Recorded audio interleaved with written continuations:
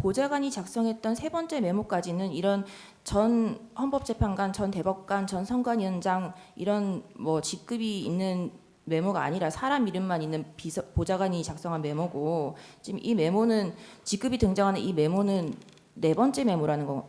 아닙니다. 사람 이름을 가지런히 쓴 메모는 두 번째 메모이고, 그거는 보좌관은 안 가지고 있으니까 지금 저도 없습니다.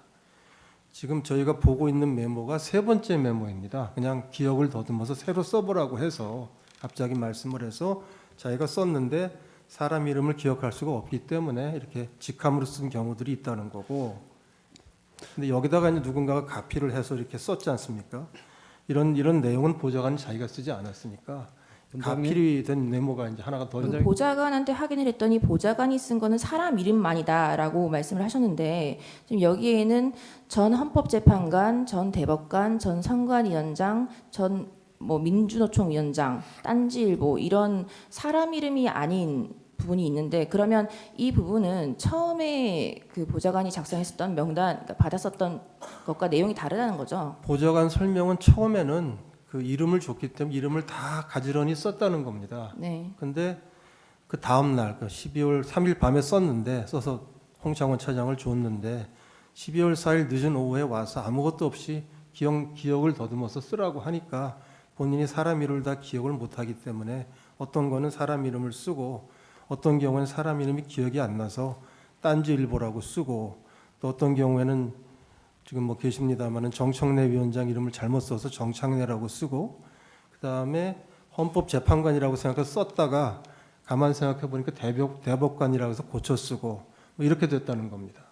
그러면 그 지금 메모가 총 4개 있다고 하셨는데, 첫 번째 메모는 홍장원이 뭐 버렸다라고 진술을 했지만 첫 번째 메모, 두 번째 메모, 세 번째 메모는 각 어떻게 했다고 하는 건가요? 그건 저로서는 알 수 없는 일이고, 첫 번째 메모는 뭐 어제 지난주 헌재에서 홍장원 차장이 찢어버렸다고 했고요. 근데 두 번째 메모, 즉 12월 3일 밤에 정서해줬던 메모는 어디 갔는지 알 수가 없고, 그다음에 이제 세 번째 메모가 이 메모인데 가필이 안 된 상태의 메모입니다. 그것이 이거 하나인지 아니면 가필한 상태의 메모가 하나 또 있는 건지에 대해서는 정확히 알기 어려운데, 어쨌든 제가 파악을 해보니까 메모가 4가지 종류의 메모가 있었다라고 말씀드릴 수 있습니다.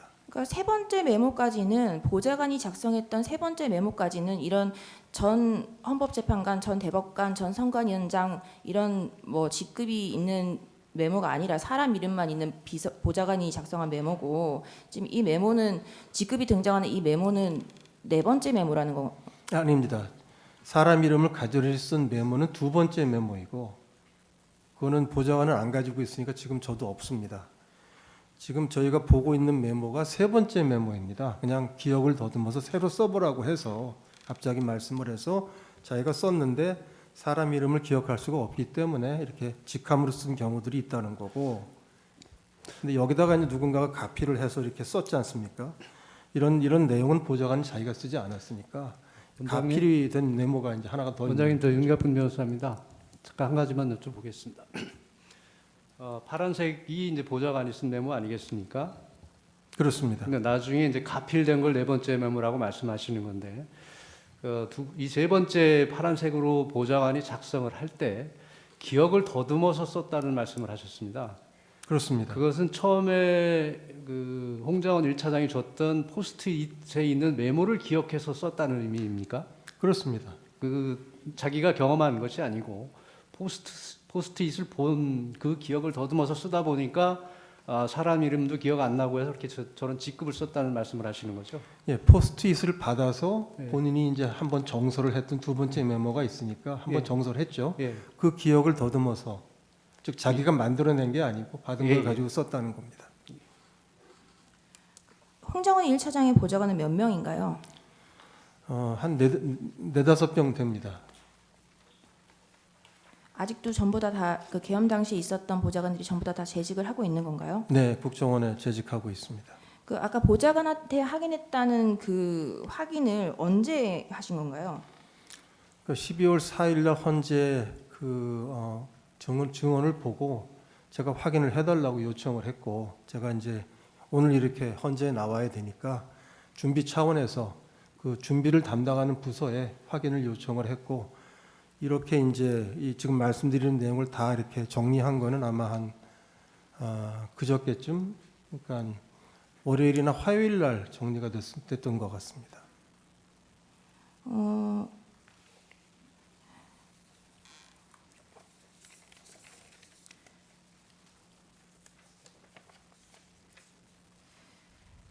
23항 먼저 여쭙겠습니다. 의제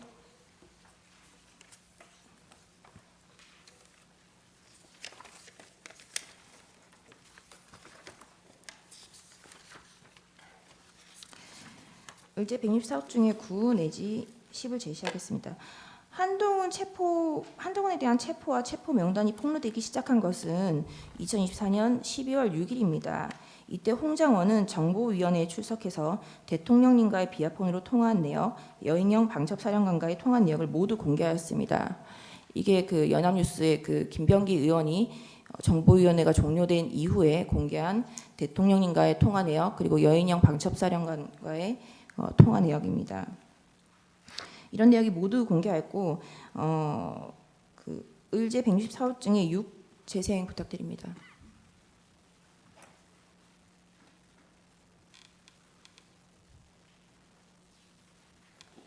명단을 갖다 불러줬다고 합니다. 명단을 불러드리겠습니다. 그 체포 대통령인데 이분 홍 차장이 기억하는 순서입니다. 이재명, 우원식, 한동훈, 김민석, 박찬대, 정청래, 조국, 김어준, 김명수 전 대법관, 김윤웅, 참고적으로 김민석 저희 최고위원이 형님 거라고 있습니다. 권순일, 그리고 권순일 전 참관위원과 또 한 명의 참관위원을 불러주었는데 기억을 못한다고 합니다. 여기까지 듣고 그대로 워딩 그대로 말씀드리겠습니다. 미친 X로구나 또 생각하고 그 다음부터는 메모를 하지 않았다고 합니다. 그래서 제일 마지막에 이 노총인지 민주노총, 그러니까 한국노총인지 민주노총인지는 잘 모르겠는데 노총위원장 한 명은 기억이 난다고 합니다. 이게 지금 6일날 김병기 의원이 정보위가 끝나고 나서 그 기자한테 브리핑한 내용인데요. 증인의 말씀에 의하면 이 메모가 이미 그 4일과 5일 뭐 그때 작성되어 있었던 메모라고 되는 그 보좌관이 그렇게 진술했다라고 하는 것 같은데, 지금 대통령과의 통화 내역도 공개하고 여인영과의 통화 내역도 모두 다 공개했는데 이 메모가 그때 존재했다면 이 메모가 그때 공개되지 않을 리 없거든요. 그런데 지금 김병기 의원의 그 워딩은 기억하고 있는 순서입니다라고 말만 하고 있어요. 메모를 전혀 제시하고 있지 못합니다. 증인이 보좌관한테 확인한 사실관계가 거짓말일 수도 있는 거죠. 저는 그 우리 담당 부서에 그 해당 보좌관을 찾아서 확인을 하도록 했고 그 결과를 보고를 받아서 지금 말씀드리고 있습니다. 거기에 대해서 판단을 하기는 좀 어려운 점이 있습니다. 당시 대통령에 대해서 탄핵 소추가 지금 한창 이슈가 되고 있었고 이런 메모가 있었다면 그 당시 바로 공개되지 않을 리 없는 메모인데 이 메모가 그 세간에 공개된 것은 2024년 12월 11일 경입니다. 의제 165호 중에 3 재생해 주십시오.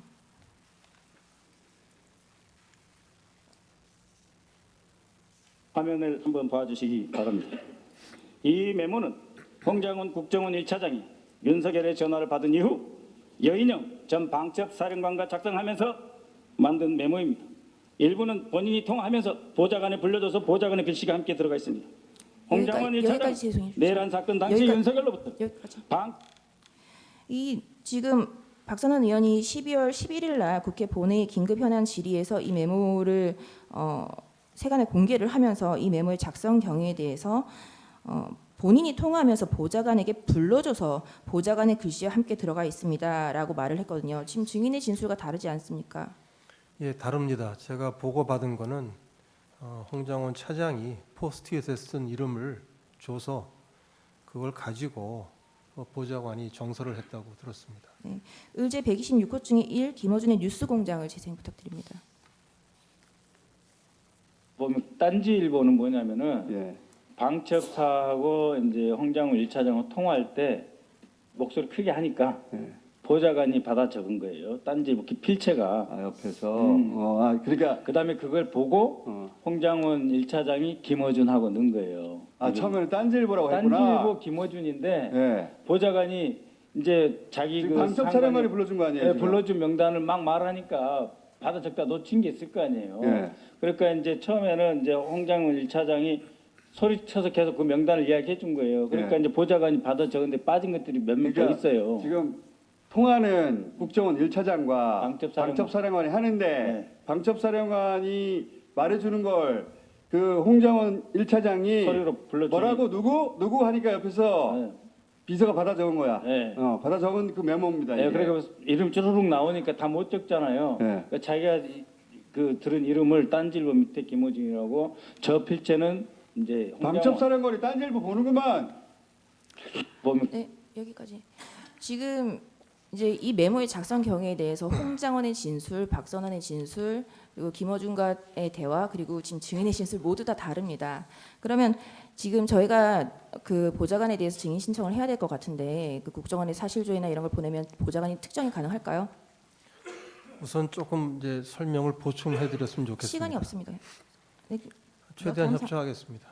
네. 근데 저희는 신분 그 직원들의 신분을 비밀로 보장하게 돼 있기 때문에 좀 절차가 필요할 것 같습니다. 네, 이 메모 하단에 기재되어 있는 www.ssu government USUA를 검색하면 우크라이나 정보국으로 검색이 되는데 이와 같은 수첩은 국정원에서 흔히 구할 수 있는 것인가요? 아닙니다.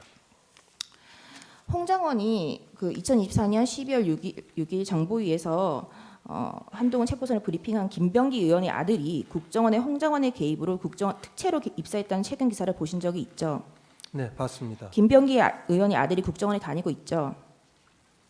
그 국정원 직원들에 대해서 신상에 대해서 공개적인 자리에서 말씀드리는 것은 국정원장이 할 수가 없는 추가하시겠습니까? 일입니다.